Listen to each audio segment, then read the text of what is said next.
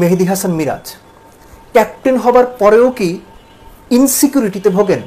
তার মতো রোলের কেউ যদি তার চেয়ে ভালো করে ফেলেন তিনি কি তাতে ভয় পান? বাংলাদেশের ব্যাটাররা ভাই, আপনারা ইন্টারন্যাশনাল ক্রিকেট কাউন্সিলকে দরখাস্ত দেন, বলে দেন যে ভাই আমাদের এগেনস্টে গুগলি করলে আমরা খেলবো না, কোয়ালিটি স্পিন বল করলে আমরা খেলবো না, কোয়ালিটি পেস করলেও খেলবো না।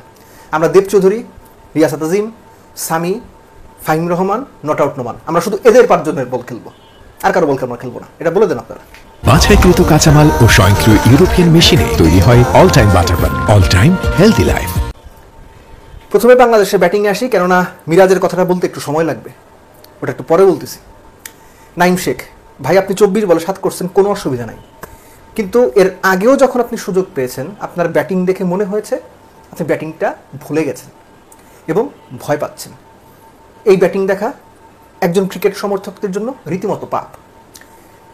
নাজমুল হোসেন শান্ত ক্যাপ্টেন্সি ছাড়ার পরে বা ক্যাপ্টেন্সি থেকে তাকে সরিয়ে দেওয়ার পরে সম্পূর্ণ ডিফারেন্ট একজন ব্যাটসম্যান, নিজেকে হারিয়ে খুঁজছেন।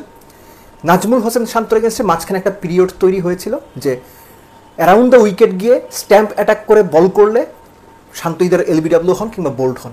ওই সময়টা বোধহয় আবার ফিরে এসেছে, আফগানরা শান্তকে অ্যারাউন্ড উইকেট গিয়ে ওই একই স্ট্র্যাটেজিতে আউট করছেন।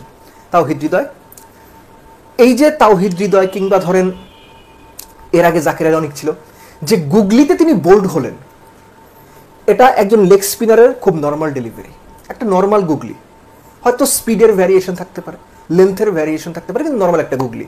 তিনি এবং সাইফ যেভাবে আউট হলেন, ওই প্রশ্নটাই ছুড়ে দিল যে ভাই এদেরকে এখন থেকে গিয়ে আমি, ফাহিম ভাই কিংবা নোমান ভাই, রিয়াসাত, সামি, এদের বল করতে হবে, এছাড়া আরও কোনো উপায় দেখতেছি না এদের জেতানোর মতো। শামীম হোসেন পাটোয়ারি রান আউট আমার মনে হয়েছে কিছুটা রেকলেস, বা রেকলেস বলাটা বোধহয় ঠিক হলো না, যে অমনোযোগী কিংবা সিরিয়াসনেসে একটু বোধহয় ঘাটতি ছিল। একটা টিম প্রথম ম্যাচে 67 রানে 6 উইকেট হারায়, দ্বিতীয় ওয়ানডেতে 80 রানে 8 উইকেট হারিয়ে অল আউট হয়, বা 70 রানে 8 উইকেট হারিয়ে অল আউট হয়। এই ম্যাচে কত 46, 47, 1 উইকেট, সেখান থেকে পরবর্তী 23 থেকে 25 রান করতে গিয়ে আরও 5 উইকেট যায়। এটা না ক্রিকেট না, এটা ক্রিকেট নামের এক ধরনের জোকারি, মকারি, ক্রিকেট নামের সার্কাস। এর চেয়ে বেশি কিছু বলার নেই ব্যাটসম্যানদের নিয়ে। মেহেদী হাসান মিরাজ, আমি বাংলাদেশ আফগানিস্তান তৃতীয় ওয়ানডের ইনিংস ব্রেক একটা ভিডিওতে বলেছিলাম যে মিরাজ নাহিদ রানার বাকি থাকা বলগুলো করতে গেছেন, আমার মনে হয়েছে একটা মাত্র কারণে, একটা উইকেট যদি নিতে পারি।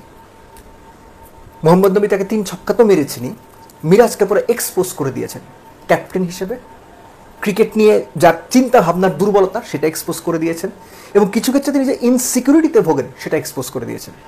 এই যে Saif 4 over 1 maiden 6 run 3 wicket, তাকে আপনি 4 ওভার পর বল করার, আমি জানি রিশাদের ওভার বাকি আছে, আমি জানি তানভীর খুব ভালো বল করেছেন, তানভীরের ওভার বাকি আছে। আপনি মেহেদী হাসান মিরাজ, বাংলাদেশের সাকিব আল হাসান, বর্তমান সাকিব আল হাসান, অনেকেই বিশ্বাস করে, আমি কোনোদিনই সেটা বিশ্বাস করি নাই। এখন তো আরও প্রশ্ন আসে না, আগামীতে তো আরও হবে না।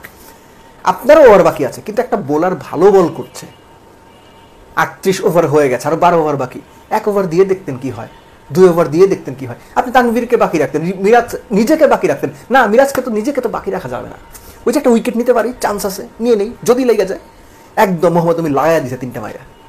মিরাজের ক্যাপ্টেন্সি, দল চালনা, তার পার্সোনালিটি, প্রত্যেকটা জিনিস প্রশ্নবিদ্ধ।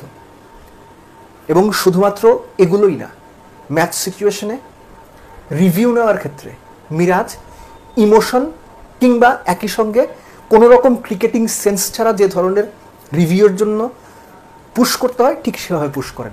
আমি জানি না মিরাজের ক্যাপ্টেন্সিতে বাংলাদেশ কত দূর যাবে, বাংলাদেশ খুব বাজেভাবে হাঁটছে, এগুলোর চাইতেও বড় কথা মিরাজ ক্যাপ্টেন হিসেবে বাংলাদেশকে লিড করে ভালো জায়গায় নিয়ে যাওয়ার মতো পোটেনশিয়াল কিংবা সামর্থ্য রাখেন কিনা। আন্ডার 19 লেভেলের ক্যাপ্টেন্সি আর ইন্টারন্যাশনাল ক্রিকেটে এখনকার লেভেলের ক্যাপ্টেন্সি হাজার গুণ পার্থক্য।